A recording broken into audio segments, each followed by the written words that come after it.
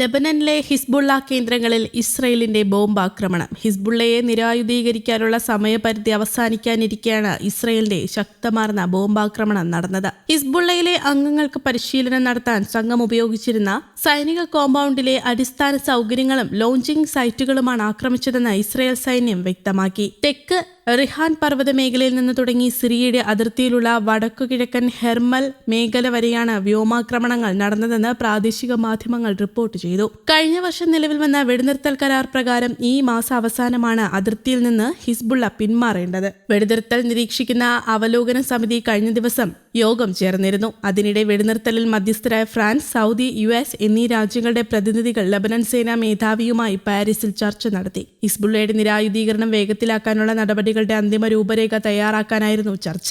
അതേസമയം ഗാസ വെടിനിർത്തൽ കരാർ നിരന്തരം ലംഘിക്കുന്ന ഇസ്രയേൽ നടപടി സമാധാന പദ്ധതിക്ക് വൻ തിരിച്ചടിയെന്ന് മധ്യസ്ഥ രാജ്യമായ ഖത്തർ അറിയിച്ചു. കരാറിന്റെ അടുത്ത ഘട്ടത്തിലേക്കുള്ള ചുവടുവയ്പ്പുകൾ വേഗത്തിലാക്കണമെന്നും ഖത്തർ പ്രധാനമന്ത്രി Sheikh Mohammed bin Abdulrahman bin Jassim Al Thani അറിയിച്ചു. വാഷിംഗ്ടണിൽ കഴിഞ്ഞ ദിവസം അമേരിക്കൻ വിദേശകാര്യ സെക്രട്ടറി മാർക്കോ റൂബിയോയുമായി ഖത്തർ പ്രധാനമന്ത്രി കൂടിക്കാഴ്ച നടത്തിയിരുന്നു. മധ്യസ്ഥ ചർച്ചകൾക്ക് നേതൃത്വം നൽകുന്ന തങ്ങൾ കടുത്ത പ്രതിസന്ധി നേരിടുകയാണെന്നും മാനുഷിക സഹായം ഗാസയിലേക്ക് എത്താൻ ഇനിയും വൈകരുതെന്നും ഖത്തർ പ്രധാനമന്ത്രി വ്യക്തമാക്കി. 2 മാസത്തിലേറെ നീണ്ട വെടിനിർത്തൽ കരാർ 800ഓളം തവണയാണ് ഇസ്രയേൽ ലംഘിച്ചത്.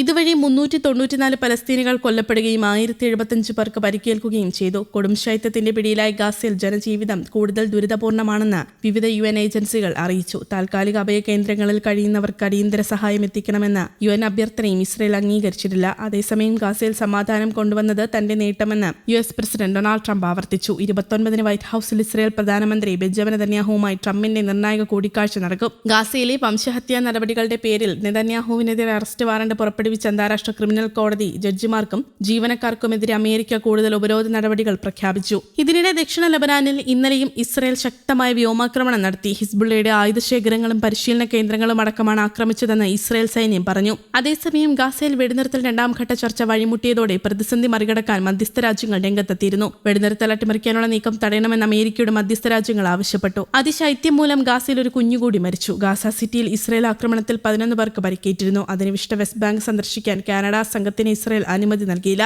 അവസാന ബന്ദിയുടെ മൃതദേഹം കൈമാറുന്നത് വരേക്കും 2ാം ഘട്ട വെടിനിർത്തൽ ചർച്ച ആരംഭിക്കില്ലെന്ന നിലപാടിൽ ഉറച്ചാണ് ഇസ്രയേലും അമേരിക്കയും. ഒക്ടോബർ 10-ന് പ്രാബല്യത്തിൽ വന്ന വെടിനിർത്തൽ കരാർ ലംഘിക്കാനും അട്ടിമറിക്കാനും ഇസ്രയേൽ ആസൂത്രിത നീക്കം തുടരുകയാണ്. മൃതദേഹത്തിനായുള്ള തിരച്ചിൽ ഹമാസും റെഡ് ക്രോസ് സംഘവും ഊർജിതമാക്കി. ഏത് സമയവും ഗാസയിൽ ഇസ്രയേൽ യുദ്ധം പുനരാരംഭിച്ചേക്കുമെന്ന ആശങ്കയും ശക്തമാണ്. എന്നാൽ 2ാം ഘട്ട വെടിനിർത്തൽ ചർച്ച ഉടൻ ആരംഭിക്കണമെന്നും ഗാസയിലേക്ക് സഹായം അനുവദിക്കണമെന്നും ഖത്തർ പ്രധാനമന്ത്രിയുടെ പ്രഖ്യാപനം വളരെ ശ്രദ്ധയാകർഷിച്ച ഒന്നാണ്. അന്തർദേശീയ സൈന്യത്തെ ഗാസയിൽ വിന്യസിക്കുന്ന കാര്യവും ചർച്ചയായെന്ന് ഖത്തർ പ്രധാനമന്ത്രി അറിയിച്ചു. ഗാസ വെടിനിർത്തൽ പൂർണ്ണതയിലേക്ക് കൊണ്ടുപോകാൻ എല്ലാവരും തയ്യാറാകണമെന്ന് ഈജിപ്തും തുർക്കിയും നിർദ്ദേശിച്ചു. അതിനിവിഷ്ട വെസ്റ്റ് ബാങ്ക് സന്ദർശിക്കുന്നതിൽ നിന്ന് 6 പാർലമെന്റ് അംഗങ്ങളടങ്ങിയ കാനഡ പ്രതിനിധി സംഘത്തെയാണ് ഇസ്രായേൽ വിലക്ക് കൽപ്പിച്ചത്. തങ്ങൾ ഭീകര സംഘടനയായി മുദ്രകുത്തിയ പലസ്തീൻ അനുകൂല ഇസ്ലാമിക് റിലീഫ് വേൾഡ് വൈഡ് എന്ന സംഘടനയുമായി ബന്ധമുള്ളവരാണ് സംഘത്തിലുള്ളതെന്ന് പറഞ്ഞാണ് ഇസ്രായേലിന്റെ ഈ വിലക്ക്. ഗാസ സിറ്റിയിൽ ആക്രമണം നടത്തി ഹമാസ് നേതാവ് റാദ് സദിനെ കൊലപ്പെടുത്തിയതായി ഇസ്രയേൽ അറിയിച്ചിരുന്നു. ഹമാസ് സൈനിക വിഭാഗമായ അൽ Qassam brigade commander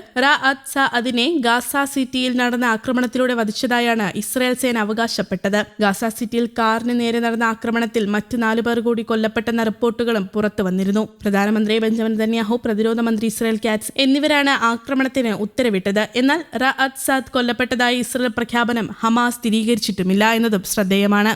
news desk Kerala Kaumudi.